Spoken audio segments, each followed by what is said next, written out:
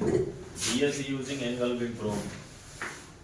Angle beam probe का प्रयोग करके डीएसी कैसे बनाते हैं, तो इसके लिए सबसे पहले हम जान लेंगे कि हाफ बीम पाथ क्या है, फुल बीम पाथ क्या है, हाफ सरफेस डिस्टेंस या एस्केप डिस्टेंस क्या है, फुल एस्केप डिस्टेंस या फुल सरफेस डिस्टेंस क्या है। तो हमारा ये किनारे से प्रोब की जो दूरी है, जहां से हमारा हाफ बीम पाथ ट्रेवल कर रहा है साउंड बॉटम कॉर्नर पे, वो हमारा हाफ एस्केप डिस्टेंस है। ठीक है, साउंड द्वारा वह दूरी जो तय करके बॉटम कॉर्नर पे हिट किया जा रहा है, उसको हम हाफ बीम पाथ बोलेंगे। ठीक है, इसमें भी वैसा ही है। जॉब के किनारे से वह दूरी जहां से हमारा साउंड जॉब के टॉप कॉर्नर पे ट्रेवल कर रहा है, उसको हम फुल बीम पाथ बोलेंगे। ठीक है, और फुल एस्केप डिस्टेंस बोलेंगे। ठीक है, हाफ बीम पाथ क्या है? The distance covered by the sound corresponding the beam hits to the bottom corner of the job. यानी ध्वनि द्वारा वह दूरी जो तय की जाती है जब हमारा बीम क्या करता है, जॉब के बॉटम कॉर्नर में जाके हिट करता है, टकराता है, उसको हम हाफ बीम पाथ कहते हैं। हाफ एस्केप डिस्टेंस क्या है? The surface distance of the edge of the job. कह रहा है जॉब के किनारे से सतह की वह दूरी to exit point of probe, जो प्रोब के एग्जिट पॉइंट तक जाती है, corresponding to half beam path, जहां से हमारा half beam path probe travel करता है, उसको हम हाफ एस्केप डिस्टेंस कहते हैं।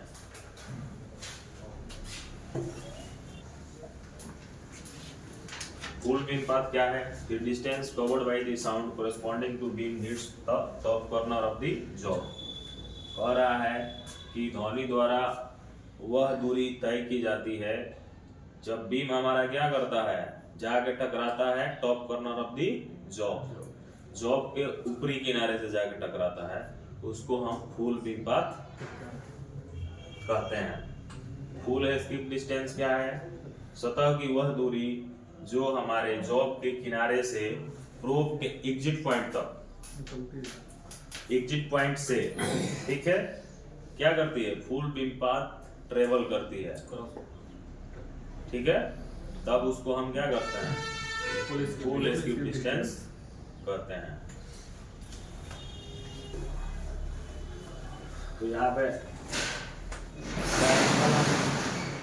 बनाए हैं देखने के लिए कि अगर जॉब में साउंड ट्रेवल करता है तो कैसे करता है। ये हमारा थिकनेस हो जाएगा, ये सतह की दूरी हो जाएगी, और ये बीम पाथ हो जाएगा।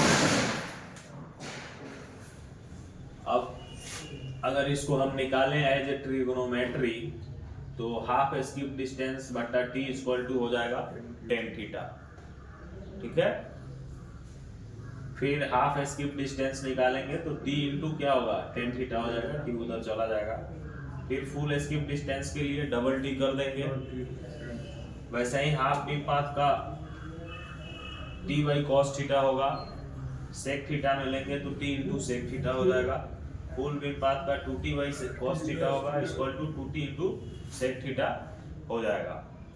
तो इस फॉर्मूला पे हम कैलकुलेशन करके निकाल सकते हैं कि सतह की कितनी दूरी होगी तो हमारा कितना बीम पाथ आएगा, और डेप्थ पहले से पता रहेगा या मेजर कर सकते हैं, तो उस हिसाब से हम अपना डीएसी इजीली बना सकते हैं। अगर कैलकुलेशन हमारे पास नहीं रहेगा तो बीम पाथ एस्केप डिस्टेंस का आइडिया नहीं रहेगा, तो डीएसी बनाने में दिक्कत होगा। इसलिए वहां पे जब आप डीएसी बनाएंगे यूजिंग एंगल बीम प्रोब, तो ये हाफ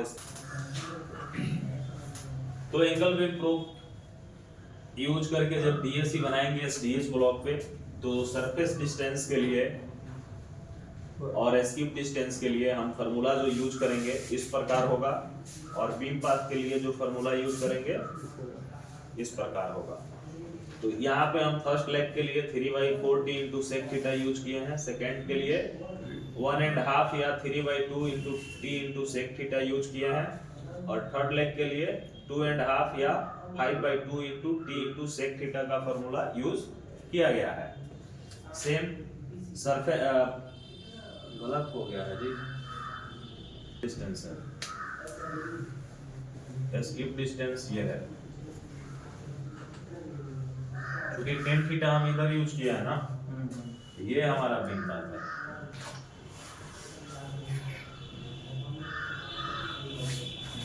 ये बीम पाथ है, ये एस्केप डिस्टेंस है। तो सेम फर्स्ट लेग के लिए सेम चीज यूज होगा, सिर्फ टेन थीटा चेंज होगा सब में। और आफ्टर कैलकुलेशन जब हम डीएसी बनाने जाएंगे तो आपको बीम पाथ और सरफेस डिस्टेंस और साथ में डेप्थ, ये तीनों चीज मैच करा के देखेंगे। अगर तीनों मैच कर रहा है तो फर्स्ट पॉइंट 80% पे लेंगे, फिर सेकेंड लेग से लेंगे, बीम पाथ और सरफेस डिस्टेंस मैच कराएंगे, फिर डेप्थ भी मैच कराएंगे। अगर सही है तो 32% से लेके 40% के बीच में कहीं से भी इक्वल आएगा, उस पॉइंट को हम लेंगे। थर्ड लेग में 95 mm और 82.17 mm मैच कर रहा है, फिर डेप्थ मैच करेंगे और उसको 15 से 20% हाइट पे सेट करेंगे। जैसे ही तीसरा पॉइंट लेंगे आपका डीएसी बनके तैयार हो जाएगा। स्टेप 1 में क्या करेंगे, beam path surface distance calculate करेंगे जो हमने ऑलरेडी कर रखा है। Step 2, select the range, range shall be at least equal or little more than calculated third leg beam path. Range को सिलेक्ट करेंगे, रेंज हमारा कम से कम बराबर होना चाहिए या थोड़ा सा ज्यादा होना चाहिए जो हमने थर्ड लेग का बीम पाथ कैलकुलेट कर रखा है। Step 3, calibrate the equipment to selected range using V1 और V2 ब्लॉक। जो भी हम रेंज सेलेक्ट करेंगे इक्विपमेंट में, उसको हम V1 और V2 ब्लॉक प्रयोग करके उस रेंज पे इक्विपमेंट को कैलिब्रेट कर लेंगे।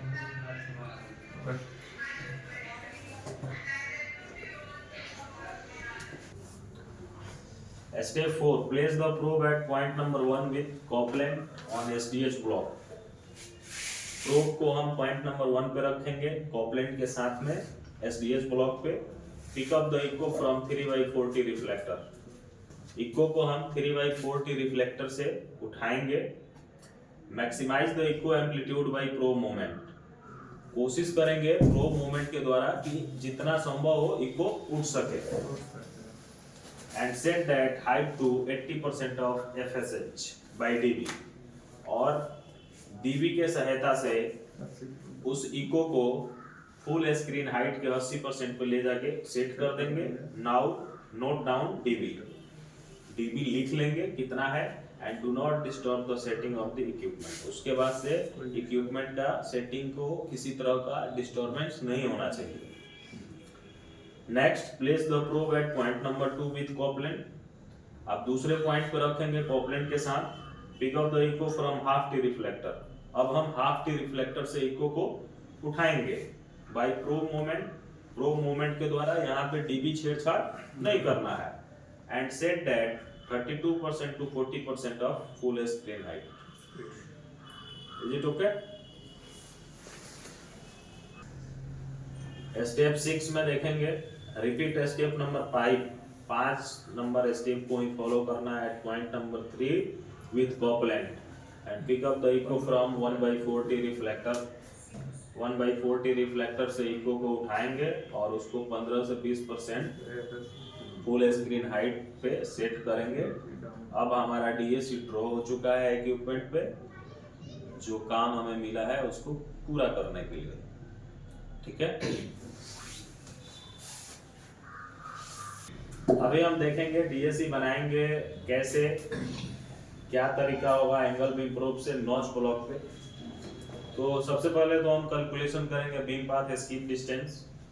तो फर्स्ट लेग के लिए बीम पाथ निकालेंगे T into sec theta, second leg के लिए 2T into sec theta, third leg के लिए 3T into sec theta.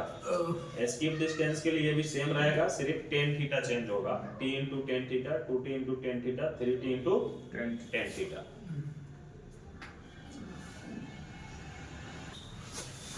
Calculate the beam path and skip distance.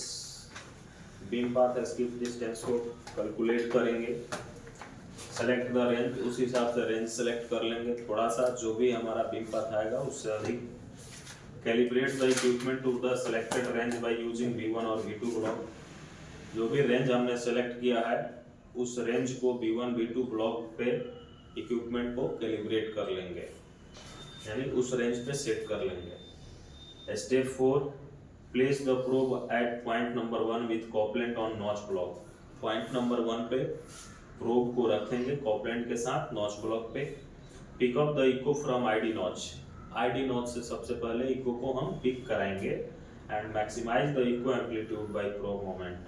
Probe को आगे पीछे करके इको एम्पलीट्यूड को बढ़ाएंगे and set that 80% of full screen height bye dB. और डीबी का भी सहारा लेके हम उसको 80% हाइट पे सेट कर देंगे। Now do not disturb the dB. इसके बाद से डीबी को हम छेड़छाड़ नहीं करेंगे। Step number 5, place the probe at point number 2, pick up the echo from OD notch. Point number 2 पे रखेंगे और इको को ओडी नॉच से हम पिकअप करेंगे through full skip distance.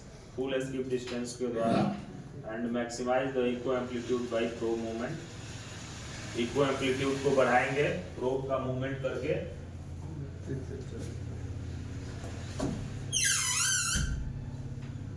And set that 32% to 40% of full screen height. और उसको 32 से 40% फुल स्क्रीन हाइट पे सेट करेंगे। Place the probe at point number 3 and pick up the echo from ID notch. फिर हम point number 3 पे probe को रखेंगे और इको को फिर हम आईडी नॉच से पिक करेंगे through 1.5 skip distance. Maximise the echo amplitude 50% to 20%। Echo amplitude को मैक्सिमाइज करेंगे 15 से 20% तक and set that full screen height of FHS, full screen height. Now DAC drawn in equipment and ready to perform a given task. तो आपका DAC ready है काम करने के लिए।